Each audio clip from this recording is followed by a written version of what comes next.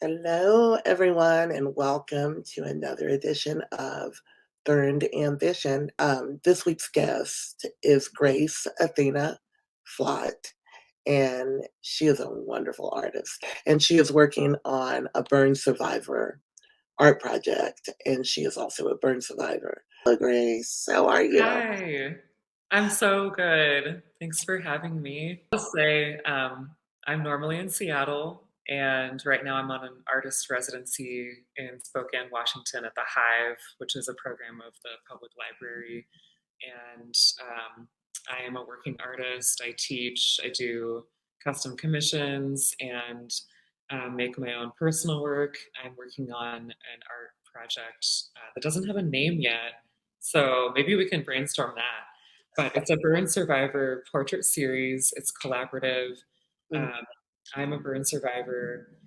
I was burned in 2011, in April 2011. okay. And I can share the story. I was 20 when I was burned, Yeah. and I was a student. So I was in college, and I was on a study abroad program, which was amazing. It's like a opportunity of a lifetime Right.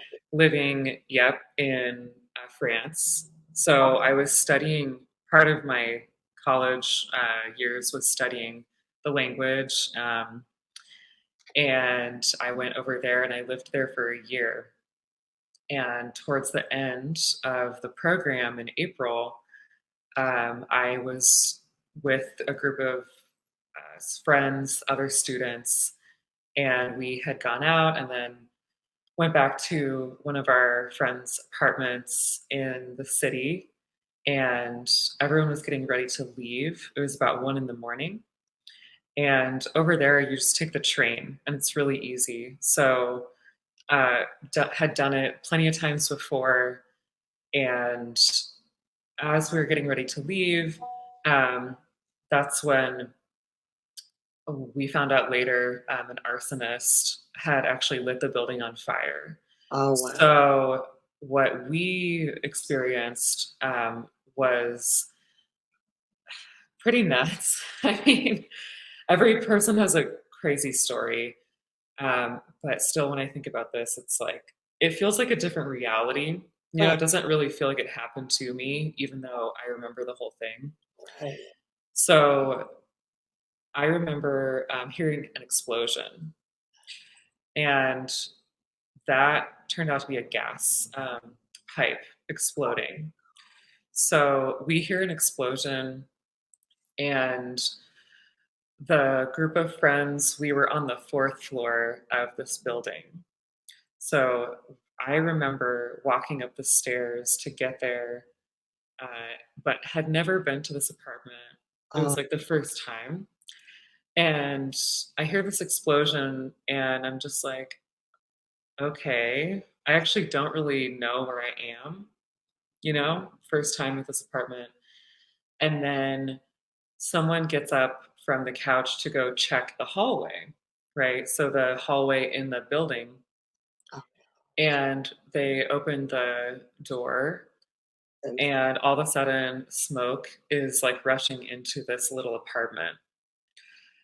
It was, a nice weather out, so we had this window open in the living room, and so there was a backdraft of air, right, that sucked all the smoke in from the hallway, right. probably faster than it would have.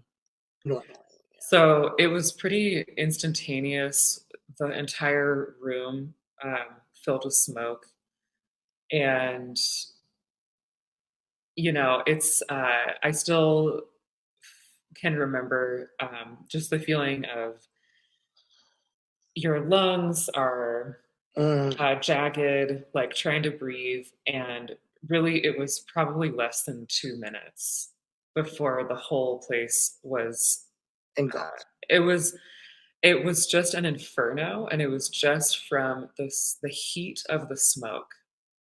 So I didn't even ever see flames. Oh, So, wow. yeah, it's nuts. So, all of my burns are actually from the heat of the smoke. I did not know that the smoke was actually hot enough to burn. Yeah. I never, uh, never asked. I never thought about that, and it's terrifying. Yeah, I mean, you would never think about it. I guess smoke is like these tiny particles that are just like on fire. They're like little bits of the building that are just burning, right? And they land on you and burn your skin. Wow.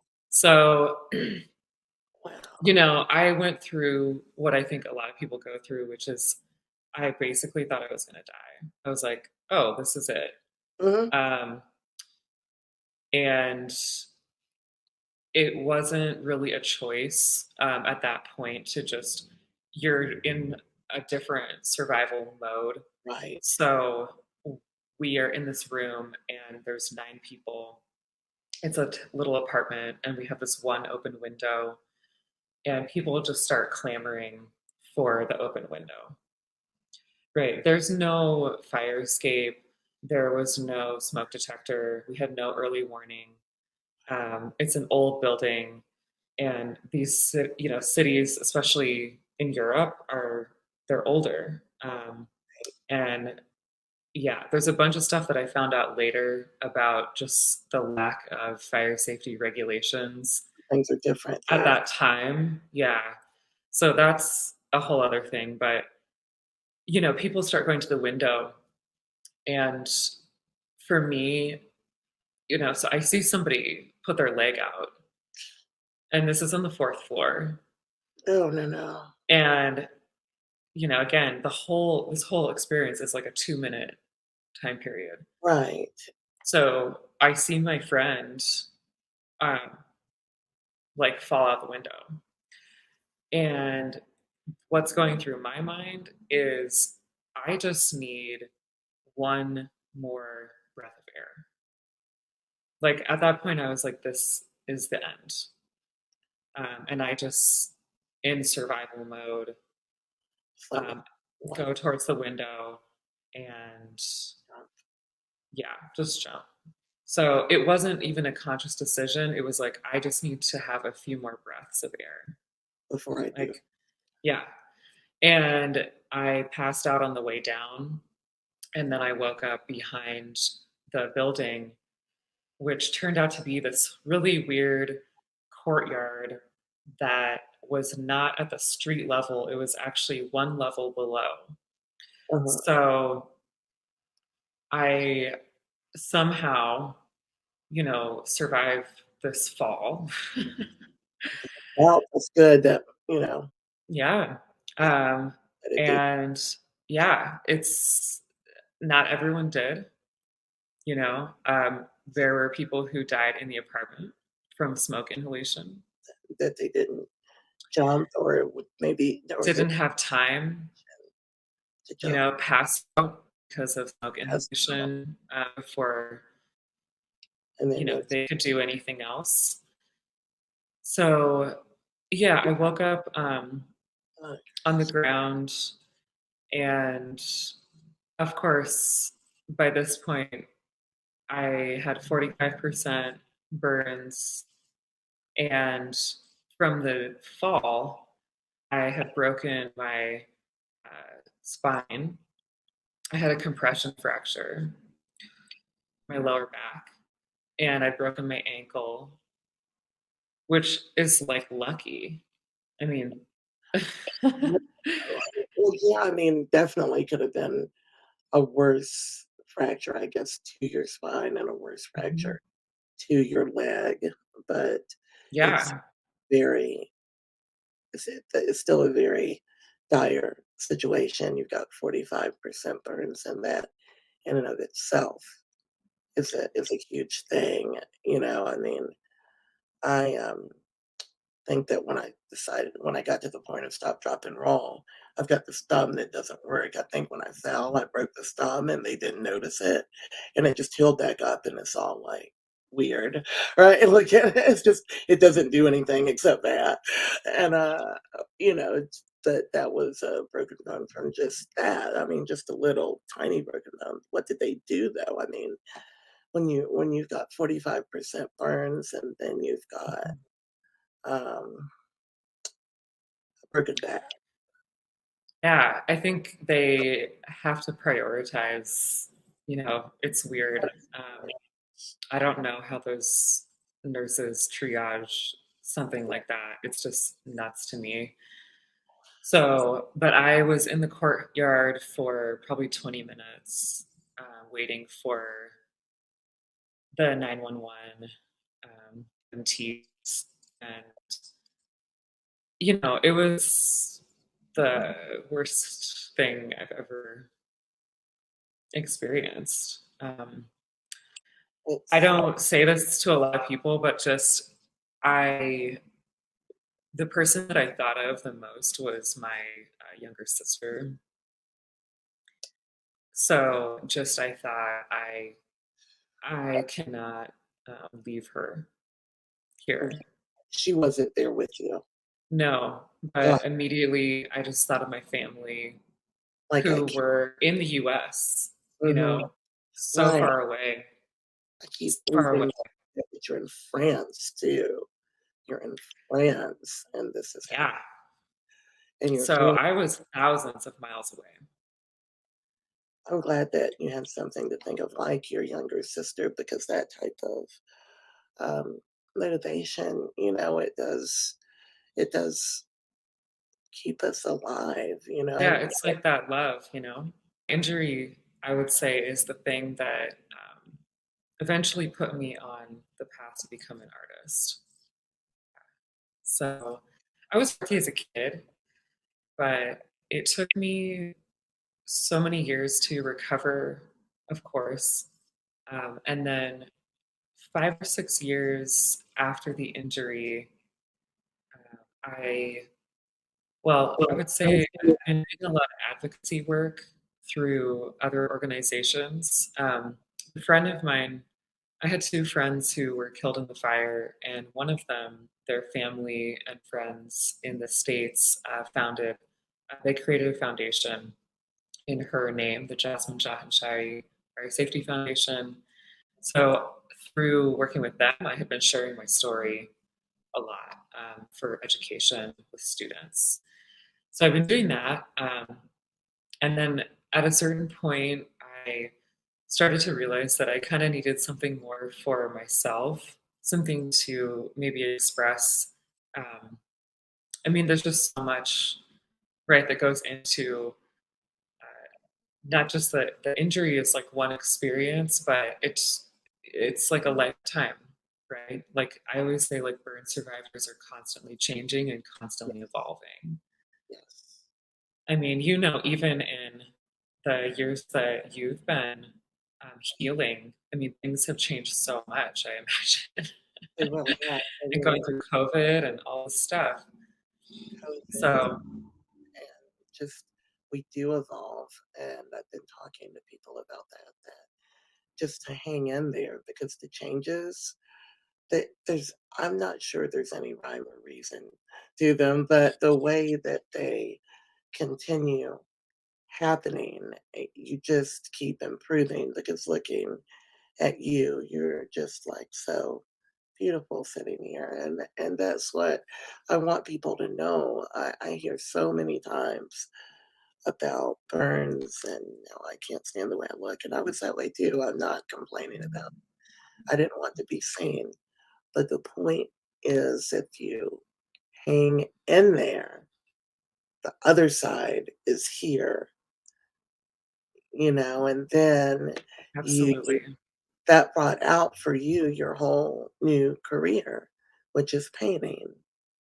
Yeah. So, this is a project that I have wanted to do since I went back to school for painting and drawing, which Mhm. is to create this portrait series of my community. So, my recovery, I think, is like rooted in connecting with other burn survivors. Right, And I have this ability to, you know, draw and paint people so realistically. And like I've realized that we are just not represented out there, right? We're sort of few and far between. And what we see is a lot of characterizations or mischaracterizations, which right. we've talked about, the We Freddy Kruegers, right? Of Pretty TV, good. monsters, villains, etc. Scarface. And we know that Yeah. those things hurt, Hmm. right? They do. They really hurt. And that's never something I thought about until Mhm. I was injured. So I thought I'm in a position to start to make a new record of us, right? A new, not a new history, but like I can change the future, right, of our image. Right. So started working with folks where I live in Seattle to do portrait paintings. And then I was on a panel with the Phoenix Society for Burn Survivors where I talked about the project. Mm. These are super cool. I'm going to hold it up. Oh my gosh. So And this is from my arms. So I had a mesh graft all over my arms. Yeah, they're so interesting. And I really simply like roll ink on my arms and then press paper right onto my arm and then just lift it off. And it's just a totally different way of seeing your skin. and then this is incorporated. This is a healing process for you though too, isn't it?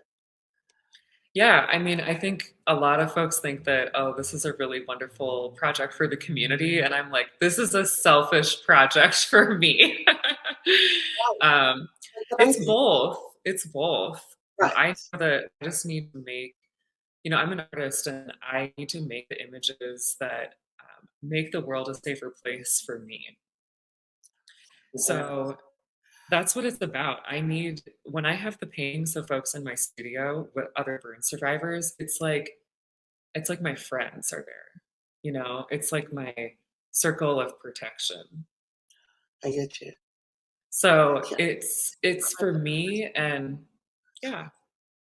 For most of humanity, if you talk to them and get to know them, they have something. They have something that will feed your soul somehow, some way. And I Yeah. think your paintings do that for me. Grace is taking this on kind of as a labor of love in a way. I think that the goal is to paint the burn survivors. How many of us get painted? So here's the dream. I'd love to have a collection eventually of 20 to 30 paintings. Right now, there's three. So it's very beginning stages. Um, we also record interviews, kind of just like this, right? Right, Um, with each person who wants to collaborate on a painting. And the newest element is the scar print thing.